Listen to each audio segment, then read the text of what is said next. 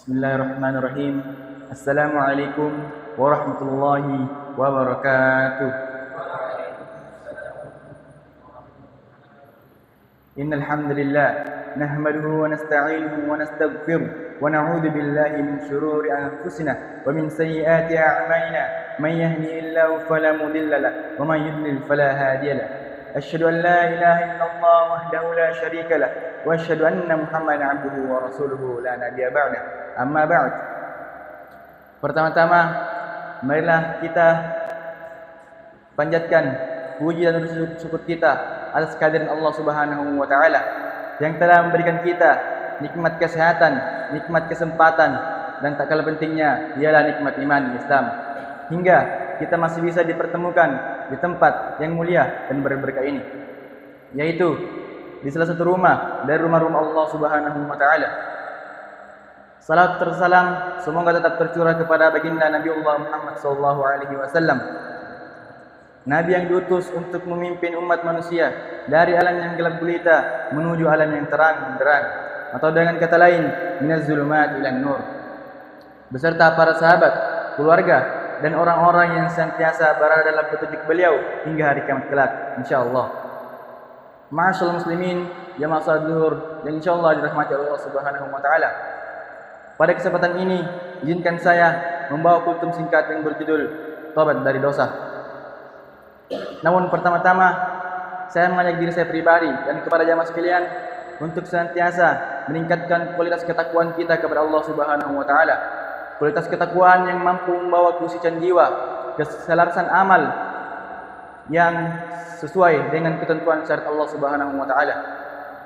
Ma'asyiral muslimin jamaah salat zuhur yang berbahagia. Hidup taubahnya seperti menelusuri jalan setapak yang becek di tepian sungai yang jernih.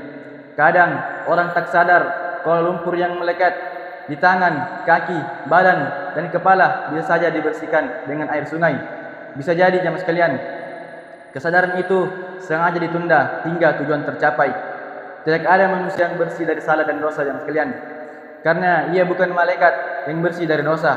Selalu saja ada debu-debu lalai yang melekat. Sedemikian lembutnya terlekatnya debu kerap berlarut-larut. Tanpa terasa, di luar dugaan, debu tersebut berubah menjadi kotoran yang pekat hampir menutupi seluruh tubuh. Menyadari bahwa manusia manapun memiliki kekhilafan dan kesalahan, maka sudah saatnya jamaah sekalian, mari kita merenung sejenak untuk mohon ampun kepada Allah Subhanahu wa taala dan bertobat kepadanya. Rasulullah sallallahu alaihi wasallam pernah bersabda, "Demi Allah, aku telah beristighfar dan bertobat kepadanya sehari lebih dari 70 kali." Hadis riwayat Bukhari. Namun sebelum kita membahas tentang tobat jamaah sekalian, penting bagi kita terlebih dahulu mengetahui apa itu dosa.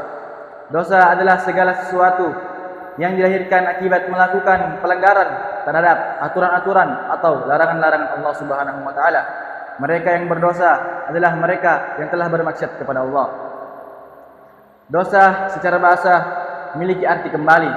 Secara syar'i dosa adalah kembalinya seorang hamba kepada Allah Subhanahu wa taala dengan memohon ampun atas segala dosa-dosanya dan berjanji untuk sungguh-sungguh tidak mengulanginya di masa yang akan datang, serta menggantinya dengan melakukan amal-amal soleh yang dapat mendekatkan dirinya kepada Allah Subhanahu wa taala. Kapan harus bertobat jamaah sekalian? Tobat harus dilaksanakan dengan segera tanpa harus ditunda-tunda, karena penundaan dalam tobat merupakan indikasi ketidakseriusan seorang hamba dan ketidakseriusan seorang hamba. Di samping itu, penundaan dalam tobat dapat membahayakan jiwa seseorang, karena bisa jadi ia meninggal secara tiba-tiba namun belum sempat bertobat. Inilah mengapa Allah Subhanahu wa taala berfirman dalam surah Al-Imran ayat 133, "Wasari'u ila magfiratin min rabbikum wa jannatin 'arduha as-samawati wal ard u'iddat lil muttaqin." Dan bersegeralah kamu kepada ampunan dari Tuhanmu dan mendapatkan surga yang luasnya seluas langit dan bumi yang disediakan untuk orang-orang yang bertakwa. Dalam ayat ini jamaah sekalian kita perhatikan, Allah menggunakan kata wasari'u yang artinya bersegera, kemudian kata magfiratin menggunakan redaksi kata nakirah yang masih bersifat umum. Ini merupakan berikan kita salah satu isyarat bahwa kita semua diperintahkan untuk bersegera bercepat-cepat menggapai ampunan yang mana belum tentu bisa kita gapai. Karena bisa jadi jamaah sekalian, kita telah dipanggil oleh Allah Subhanahu wa taala namun belum sempat bertobat dan mendapatkan ampunan darinya. Karena pada hakikatnya jamaah sekalian, semua yang ada di dunia ini maupun hidup dan mati kita hanyalah milik Allah Subhanahu wa taala. Allah berfirman dalam surah Al-Imran ayat 129, "Walillahi ma fis samawati wa ma fil ard, yaghfiru liman yasha wa yu'adzibu man yasha, wallahu ghafurur rahim." Milik Allah apa yang ada di langit dan apa yang ada di bumi. Dia mengampuni siapa yang Ia hendaki dan Dia menyiksa siapa yang Ia hendaki, dan Allah Maha Pengampun lagi Maha Penyayang. Dalam ayat lain Allah menjelaskan bahwa diterimanya tobat seorang hamba dengan tobat yang tidak ditunda, karena penundaan dalam tobat terdapat ketidakseriusan. Allah berfirman dalam surah An-Nisa ayat 14, "Innamat taubatu 'alallahi alladziina ya'maluna as-su'a bijahalah, tsumma yatubuna min qaribin fa ulaika yatubullahu 'alaihim wa kana Allahu 'aliman hakima." Sungguhnya tobat di sisi Allah hanyalah tobat bagi mereka yang mengerjakan kejahatan lantaran kejahilan, yang kemudian mereka bertobat dengan segera, maka mereka itulah yang diterima Allah tobatnya, dan Allah Maha mengetahui lagi Maha bijaksana. Diriwayatkan dari Ibnu Abbas, maksud dari kata yatubuna min qaribin, yang kemudian mereka bertobat dengan segera, yaitu mereka bertobat sebelum dalam keadaan sakaratul maut.